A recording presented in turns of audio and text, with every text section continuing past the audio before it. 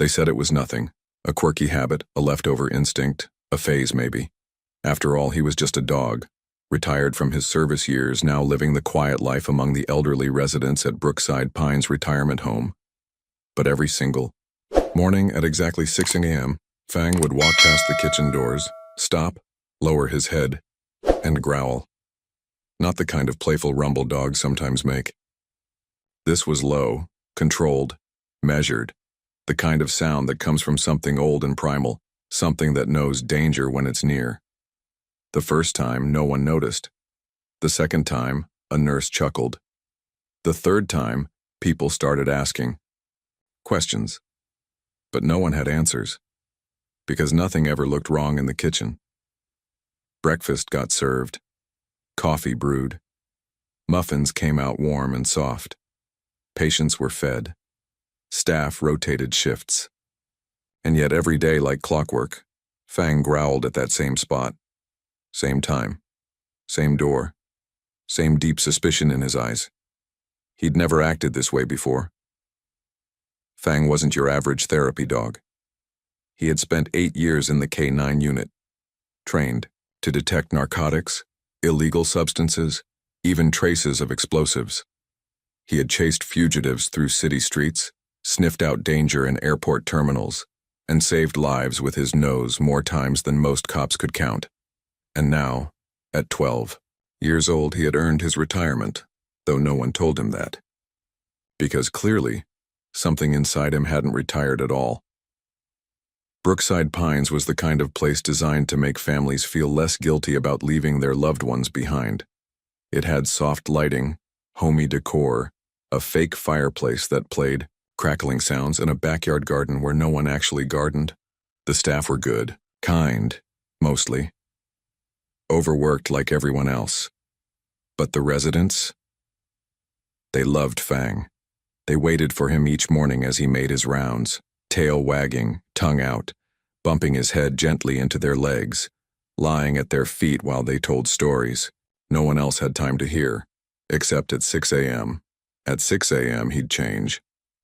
One of the orderlies joked that Fang had beef with the kitchen staff. Maybe they didn't give him a cookie one day, he laughed. But not everyone thought it was funny. "There's something he knows," said Mr. Harmon, an 89-year-old Korean war veteran with a pacemaker and a sharp tongue. "That dog isn't just growling for fun. Dogs don't play games like that." No one took him seriously. Not until weeks later, when things started going off. It began subtly. A few residents began skipping breakfast, said it tasted funny, bland, metallic, too soft, too mushy. Like food that had been sitting out for too long. Staff brushed it off. Said their taste buds were changing, part of aging. Then came the fatigue. Mrs. Keller, who used to walk laps around the common room with Fang every afternoon, started needing a walker. Mr. Jordan, once spry and loud, became sluggish and disoriented. Blood work came back inconclusive, no infections, no fevers. Just normal deterioration, according to the nurse practitioner. But it wasn't normal. The cook, everyone called him Benny, had been there nearly 5 years. Friendly guy, tall, soft-spoken. He wore gloves, followed health codes, smiled at the patients. His meals weren't fancy, but they were edible. Yet somehow Fang didn't trust him. Or more specifically, didn't trust whatever was happening behind those stainless steel kitchen doors every morning. The administrator, Ms. Langley, called in a dog behaviorist. "Maybe he's triggered by the sound of the fridge kicking on," she suggested. "Could be the scent of cleaning products." The behaviorist watched Fang for 2 days. "He's alert," she said finally, "but not aggressive. If I didn't know better, I'd say he's detecting something specific. Not random noise, a smell." That made Langley nervous. She made a note, but didn't act. If you believe dogs can sense things we can't, and you want to hear more true and powerful stories of animal intuition, be sure to subscribe to Heroes for Animals, your home for stories of loyalty, courage, and justice with 4 paws. The morning everything changed, it was raining. The power had flickered overnight. The halls were darker than usual. A new batch of oatmeal was being served in plastic bowls. and Fang was already at his post, sitting in front of the kitchen, ears back, lips curled slightly. Then he did something he'd never done before. He barked. One sharp, explosive bark that made every staff member in the hallway freeze. "Fang!" someone shouted, but he didn't stop. He barked again, louder, sharper, then turned, bolted down the hallway and stood in front of Mrs. Keller's room. He barked 3 more times. Then he ran back toward the kitchen and barked again. "Something's wrong," whispered the young volunteer Mia, who had been helping part-time during her nursing school break. "He's trying to tell us something." Mia had always liked Fang.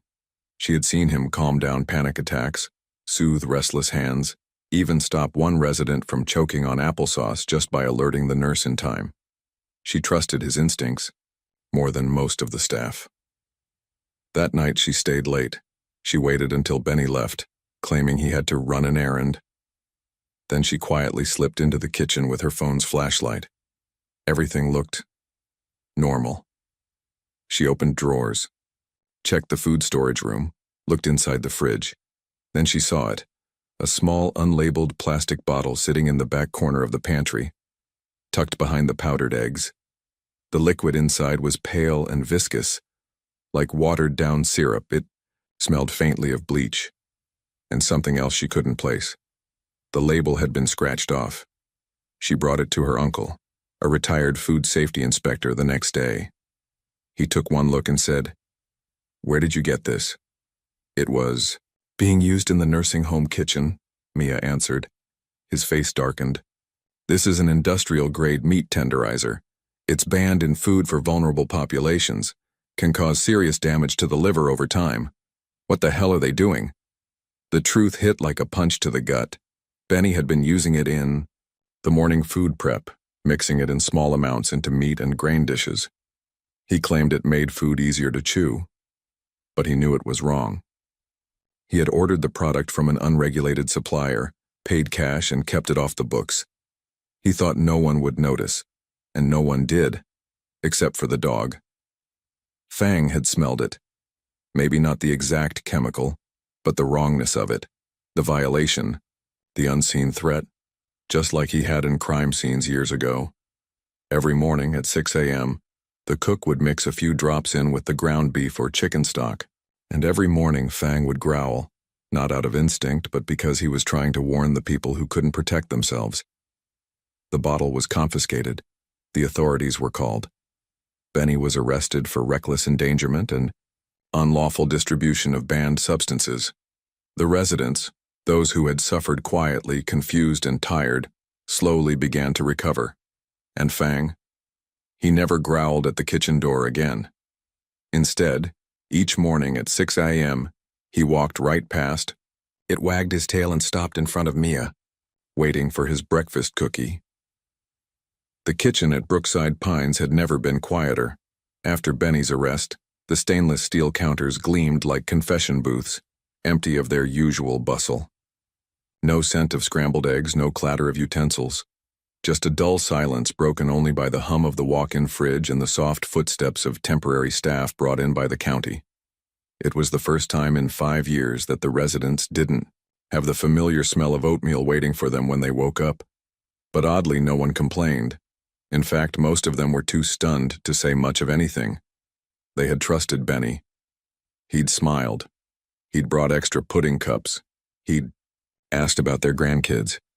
He'd looked like every normal, unremarkable, middle-aged man you'd meet at a church potluck or grocery store, and he'd poisoned them, slowly, quietly, without remorse. Mia sat with Fang in the garden the next morning, letting the dew soak into her sneakers as she scratched behind his ears. He leaned against her thigh, content. "You knew," she said quietly, "before any of us." Fang blinked up at her, his face calm now. Peaceful even. Mia had spent most of the night fielding phone calls, from the sheriff's office, from her uncle at the Food Safety Bureau, even from a local news reporter who had caught wind of the story through police radio. By 9 a.m., the media vans were parked out front, their satellite dishes spinning like strange metal flowers. A man in a polo shirt with a news badge asked to interview Fang. Mia declined. Not because she was afraid, but because she knew this wasn't about spotlight. It was about reckoning, and maybe, just maybe, about listening to the animals we too often ignore. The investigation moved fast, faster than anyone expected. The food samples were tested. Residual traces of the illegal meat tenderizer, technically a modified proteolytic enzyme, were found in at least 4 batches of morning meals over the past 3 weeks. One sample dated back even further, according to records Mia helped pull, from the trash. The Department of Health stepped in. So did Adult Protective Services. Brookside Pines wasn't shut down, but it came dangerously close. Ms. Langley, the administrator, was placed on leave pending review of her oversight failures. And Fang? Fang became more than just a dog. He became a witness. The sheriff's office asked for a formal evaluation of Fang's behavior logs and training history. They wanted to understand how a dog could have picked up on something so subtle, and insisted on it for weeks. Mia, who had started compiling daily notes on Fang's movements out of pure curiosity, suddenly became the center of attention. She showed them the timestamps. "Look," she said, scrolling through her notebook. "He starts growling right after Benny unlocks the prep area. Like, within seconds, even before food is actually cooked." The sheriff nodded. That dog was reacting to the presence of the chemical, not the food, which means he's either the most sensitive therapy dog on Earth, or there's something else we haven't uncovered. As word spread, a retired police sergeant came forward. He had worked with Fang during his active canine years and remembered something crucial. Fang assisted in a food tampering case back in 2017, he said. A shady deli in Akron. Same type of chemical, I think. Might have imprinted on the smell. That changed everything. It explained why Fang had reacted so specifically, why he hadn't barked at other times, or at other people. His nose remembered. And more importantly, his instincts never turned off. Once a protector, always a protector. Residents began visiting Fang more often, not just to pet him, but to thank him. Some brought him scraps of turkey. One woman knitted him a red scarf that said "Good boy" in white yarn. Mr. Harmon, the veteran, taped a handwritten medal to his collar made of tin foil and an old pill, bottle cap. "You earned your stripes, soldier," he said with a nod. Mia watched all of it with quiet awe. "I think he's the only one who actually listened to us," Mrs. Keller whispered one day, stroking Fang's head. "Doctors think we're senile, nurses don't have time, but that dog knew we weren't crazy. It wasn't just sentiment." Medical records began to support what residents had claimed. Several patients showed mild to moderate liver stress, consistent with low-dose chemical exposure over weeks. Their families, horrified and heartbroken, were considering legal action. But even amid all the noise and chaos, Fang remained steady. He didn't care about lawsuits or media stories. He cared about patrol, and every morning at 6 a.m., he walked the halls as if nothing had changed. Brookside Pines hired a new chef a week later, a woman named Gloria with 30 years in senior care dining. She cooked fresh. She used local produce. She fed the residents like they were family. Fang didn't growl at her once. One afternoon, a small ceremony was held in the courtyard. The sheriff's office brought Fang a blue ribbon and a plaque that read, "To Fang for service beyond words." A local news anchor filmed the moment. When she asked Mia how it felt to work alongside a hero dog, she smiled and said, "It's not work when someone saves lives with a growl." The clip went viral. Within 48 hours, Heroes for Animals featured Fang's story in a special segment. Messages poured in from across the country. Veterans, nurses, animal lovers, even retired cops who had worked with Fang in the past. One message stood out. It was from a woman in Colorado who wrote, "My mother passed in a home where something felt wrong, but we were told it was dementia. Now I wonder, what if she'd had a dog like Fang?" Mia read it twice and sat in silence for a long time. The story didn't end there. Fang was invited to visit 2 other care homes as a therapy guest. At both places, he was adored. But Mia noticed something else. When he walked past those kitchens, he didn't flinch, no growl, no bark, just wagged his tail and moved on. Whatever had been happening at Brookside Pines, it wasn't happening elsewhere, and that brought her peace. 6 months later, Mia was accepted into nursing school with a full scholarship. Her entrance essay, titled, "The Day a Dog Taught Me What the System Forgot." Fang's photo hung above her desk. He had reminded her that care isn't about forms and checklists, it's about paying attention. And sometimes the most reliable voices come without words. She still visited Brookside Pines every weekend. The residents joked she and Fang were a package deal. They weren't wrong, because Fang had saved more than lives. He had saved belief. In intuition, in loyalty, in the idea that even in the quiet corners of forgotten places, heroes walk on 4 legs, and some growl, right on time. Brookside Pines was quieter now. Not in a somber way, but in the kind of way that comes after a long-held breath is finally released. Residents smiled more. The staff seemed more alert. The coffee was stronger and breakfast actually tasted like breakfast. And Fang? Fang was still on duty. Each morning at 6 a.m. he made his rounds, down the east hallway past the nurse's station, a pause in the common room, a check near the kitchen, no more growling, and then a visit to his favorite patient, Mr. Harmon, who had started sneaking him little strips of bacon under the table. Everything seemed fine, until a storm rolled in. It was one of those spring storms that hits Ohio like a freight train. Thunder, flickering lights, trees leaning sideways in the wind. The kind of storm that sends everyone indoors and makes the building hum with backup generators and quiet tension. Around 2 a.m., a loud crack split the sky, followed by a sudden crash somewhere near the west wing. Mia was asleep in the staff lounge when the emergency lights came on. By the time she got her shoes on, Fang was already up, ears perked, tail stiff, eyes focused like a soldier mid-mission. "What is it, boy?" she asked, following him as he trotted, then sprinted toward the west hallway. A large tree branch had slammed against an outside wall, exposing a section of the building's exterior, specifically, an old maintenance room no one had used in years or so, they thought. The storm had knocked part of the siding loose. Behind it, Mia and Fang found a warped wooden door, bolted shut but clearly aged from moisture and neglect. Paint was peeling. Rust curled around the hinges. Mia called for maintenance, who arrived with tools and a flashlight.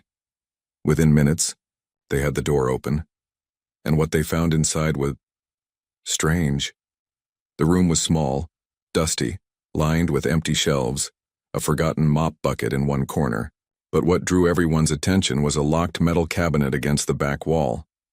It was old, probably 1960s era, and secured with a thick padlock that had fused with rust. Fang stood rigid in front of it, nose twitching. The next morning, after the storm passed, the administrator, a new interim director brought in during Ms. Langley's suspension, authorized the removal of the lock. Inside were 3 old file boxes, tightly sealed and labeled in faded ink. Meal logs, 1993, 1997. Resident discharges, do not file. Archived correspondence, private. The room had been sealed for nearly 25 years. It didn't take long for the discovery to spark questions. Why were discharge records hidden here instead of stored digitally with the others? Why had the files been labeled do not file in the first place? And what was in that box of private correspondence? A small team from the county health department was called in to review the contents. Mia, now considered a trusted staff liaison, was allowed to observe. What they found inside wasn't criminal, but it was deeply unsettling. Dozens of letters, all handwritten. All from former staff and even a few family members, dated back to the early to mid-1990s. Many of them mentioned strange side effects after meals, residents showing signs of rapid decline, or suspicion of unethical testing. But the most damning documents were internal memos, typed on old Brookside Pines letterhead. A handful of them referred to something called Nutritional Enzyme Trial Protocol B. Notes indicated a short-term contract with a now-defunct pharmaceutical company, testing digestion aids in elderly patients with implied consent. Implied consent. No signatures. No disclosures, just quiet experimentation, tucked away under the guise of improved care. Mia felt sick. It wasn't just that something unethical had happened decades ago. It was that no one had been held accountable. The records had been hidden, not destroyed, as if someone once wanted the truth remembered, but not discovered too soon. When she told Mr. Harmon about it later that day, he just nodded slowly. I remember the year-old Louis started coughing. Up blood, he said. They said it was pneumonia, but he was fine the day before, and then he just went. The discovery changed everything. The news broke again, another wave of media attention. But this time, it wasn't about one cook and a dog. It was about history, about what institutions get away with when no one's watching, or when those watching are too old to be heard. And it all circled back again to Fang, because if the storm hadn't hit, if the wall hadn't cracked, if Fang hadn't led Mia straight to the hidden room, the records might have stayed buried for another 20 years. That kind of timing isn't coincidence. Not in this story. Mia began looking at Fang differently. Not just as a hero dog, but as a bridge. He had lived through systems that demanded obedience. He'd been trained to sniff out the wrong in the world and sit silently beside it until someone noticed. But at Brookside Pines, where silence was common and complaints were chalked up to senility, Fang had done the one thing that couldn't be ignored. He'd stayed still and growled over and over until they listened. A state senator visited the facility a few weeks later. She posed for pictures with Fang, then held a short press conference in the courtyard. We are introducing new legislation to protect residents in long-term care facilities, she said. It will include mandatory external audits of historical records and stricter vetting of experimental food products used in these settings. They were calling it Fang's Law. Meanwhile, Mia started receiving emails from other care homes asking about therapy dog programs. Some just wanted to meet Fang. Others wanted help building their own teams of animal-based observers. It seemed simple. If you can't trust the paperwork or the people, maybe you can trust the dog. She and Fang visited a facility 2 towns over that had lost 3 patients in 1 month under sudden deterioration. Fang sniffed every corner, every room. He didn't growl once. Mia smiled with relief, but on the drive home, something nagged at her. Not fear, not anxiety, just a feeling that maybe this wasn't over. Fang hadn't barked again, but he hadn't forgotten either. Because some stories don't end with applause. Some keep digging. Sometimes justice comes in waves, not all at once. Brookside Pines had changed. New policies were put in place. Gloria, the new head chef, made food from scratch with ingredients people could pronounce. Family members visited more often now. There was a sense of safety again, a fragile but hopeful return to normalcy. But Mia couldn't rest. Not after what they'd found in that locked cabinet. Not after the words implied consent echoed in her head every night before sleep. Those files weren't just old records. They were scars. Paper-thin evidence of silent suffering, quietly tucked away by people who never expected to be caught. And Fang was restless again. He still wagged his tail for residents. He still loved bacon strips from Mr. Harmon, but something about his gaze had shifted, like he knew there was still something buried that no one had found. So Mia started digging. She began with the name stamped on the old Brookside Pines memos. Nuvox Nutritionals Inc. A quick search told her the company didn't exist anymore. It had folded in the early 2000s. But Nuvox wasn't a small-town operation. It had once been part of a much larger corporate web. Mia pulled her laptop closer and followed the paper trail. Nuvox had been a subsidiary of Stratwell Group, a Chicago-based pharmaceutical conglomerate known for its aggressive acquisitions and rapid-fire product development in the 1980s and 90s. Stratwell had quietly discontinued several digestive health projects around 1998. One of them was something called Trial Protocol B. It was a rabbit hole. Every time Mia clicked a link, 3 more questions popped up. And through it all, Fang sat nearby watching her, sometimes nosing her hand off the trackpad as if to say, "Slow down, But she couldn't slow down. She found archived business filings, lawsuit dockets, old patent applications that matched, chemical compounds similar to the meat tenderizing enzyme Benny had used. And then she hit something big, a 1996 lawsuit, sealed and never reopened, brought against Nuvox by a former employee named Travis M. Callan, filed in Ohio, filed from the exact same county Brookside Pines stood in. She couldn't find the full complaint. It had been settled out of court and sealed. But she found Callan's last known address and a phone number that was still attached to his name. She stared at the screen for 10 minutes before dialing. The voice that answered was hoarse, suspicious. "Hello? Mr. Callan? My name is Mia Parker. I work at Brookside Pines. I believe you may have information about something that happened here in the mid-90s. Silence. Then, that place still open? Yes, sir. But a lot's changed. We recently uncovered some files connected to your former employer, Nuvox. More silence. A long exhale. I swore I'd never talk about that again, he said. But maybe I was wrong. They met at a diner off the freeway. Callan was older now, walking with a limp and dressed in layers despite the warm weather. He brought a single manila folder and a tiny photo album he wouldn't let out of his hands. I was in R&D, he explained, stirring black coffee with a plastic spoon. We were testing digestion aids that could dissolve tough proteins faster, meat mostly. But they wanted to see if it could work in soft food too, stuff for the elderly. Mia leaned in. Brookside Pines? He nodded. We had a doctor there, who agreed to run a field test. Said most of the patients wouldn't even notice. Some were on puree diets already. We started small, but within 6 months we were seeing signs. Ulcers, enzyme overload, liver stress. I told them to stop. They didn't. He paused and looked at Fang, who sat beside Mia's booth like a quiet sentinel. They said it was harmless, that the patients were old and declining anyway. And when I pushed harder, they offered me hush money. You filed a lawsuit. I filed a warning, he corrected. But my lawyer took the deal behind my back. I never even saw a courtroom. Mia asked if he had any documents left. He slid the manila folder across the table. Inside were 3 copies of a typed report, dated February 1997, outlining internal concerns about adverse effects in patients with reduced kidney and liver function. One page had notes in the margins signed with a red pen. No pattern, no liability.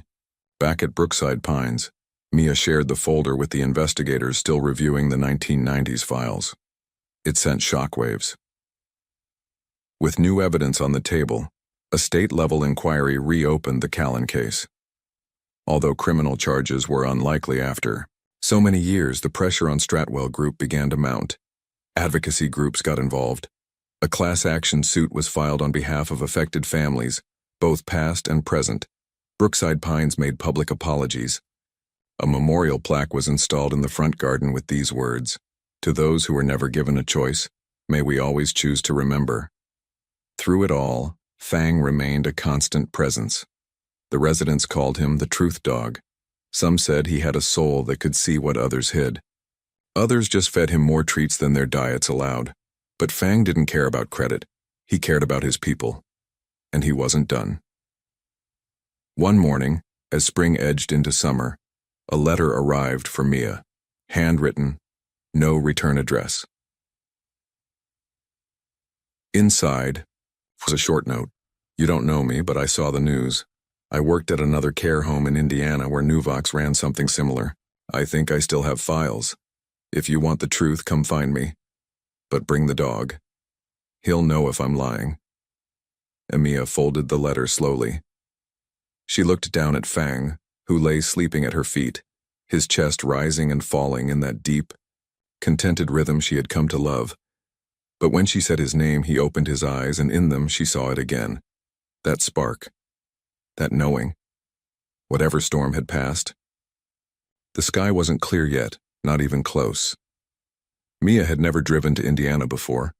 It wasn't that far, a 3-hour ride west from Brookside Pines, but the miles stretched longer when you didn't know what waited on the other end. especially when all you had was a handwritten letter and a feeling in your gut. Fang rode in the passenger seat like always, upright and alert. His ears twitched every time she hit a bump in the road, but otherwise, he sat still, eyes fixed on the horizon. It felt like he knew this was more than a field trip. It always felt that way with him. They left at sunrise, Mia gripping the wheel tighter than usual. She had told the interim administrator at Brookside she was taking a personal day, but she brought a portable recorder, a legal pad, and copies of the Nuvox documents in her bag, just in case. What kind of person writes a letter like that? She wondered. No name, just E. No explanation, just the promise of more hidden truth. But whoever they were, they had asked her to bring the dog, and Fang would not disappoint. They pulled into a small town outside Fort Wayne, the kind of place with one gas station, a diner that looked like it hadn't changed since 1954, and power lines that swayed when trucks passed. The address on the letter led to a run-down ranch, house at the edge of town. Weeds lined the gravel driveway. An American flag hung faded in the window. Before Mia even turned off the engine, Fang let out a low hum, not quite a growl, but not friendly either. He stared at the front door, his whole body tense. Mia reached over and scratched his head. Easy, buddy, we're just here to listen. The door opened slowly before she knocked. A tall woman stood in the frame, late 50s maybe, with sharp features and gray hair tied back in a frayed scrunchie. She wore jeans, work boots, and a flannel shirt that hung loose on her narrow frame. You're Mia, the woman said flatly. I am. And this is Fang, I know. Mia blinked. You wrote the letter? The woman gave a tight nod. Come inside, quickly. The house was dim and smelled faintly of dust and old paper. Boxes lined the living room, each labeled by hand. Patient files, correspondence, newsletters, logbooks. The woman didn't offer coffee or pleasantries. She just pointed to the couch. I was the floor supervisor at Pine Brook Home in Evansville, she said. That was one of the other trial sites for Nuvox. We didn't know it at first. They told us the supplement was USDA approved. What's your name? Mia asked gently. The woman hesitated. Eleanor Voss. Fang sat at her feet, watching, waiting. Eleanor reached down, cautiously let her fingers brush the top of his head. He didn't flinch. Good, she whispered. That means I can talk. Eleanor opened a box and pulled out a plastic binder. Inside were photocopied incident reports, logs of patient reactions, internal memos from upper management, even a few postcards from a Nuvox rep who had visited every month under the pretense of quality inspections. We lost 6 patients in 9 months, she said. None of them were over 80. All had shown improvement just before the trial started. Then nausea, fatigue, liver distress, cognitive slippage, death within weeks. Mia listened in horror. Did you report it? She asked. Eleanor nodded. I wrote letters, sent complaints. When I pushed harder, I got demoted. A week later, I found my car tires slashed, got a pink slip in the mail and a warning not to talk. She poured a glass of water with shaking hands. I stayed quiet for years. Thought it was safer. But then I saw Fang on the news. Saw how he uncovered what the system ignored. I figured, if that dog can still trust the world after everything, maybe I can too. Mia spent hours going through the documents. Some of them directly referenced Brookside Pines, suggesting the trials were linked, run by the same field supervisor. She found charts showing how the enzyme supplement was being tweaked and renamed over time. It had gone through 5 different product names, none of which were ever approved by the FDA. They buried the science under bureaucracy, Eleanor said. But they can't bury everything, not if you shine a light in the right places. Fang barked once, short and sharp, startling both women. Eleanor froze. That's the sound he made when I lied to myself, she said.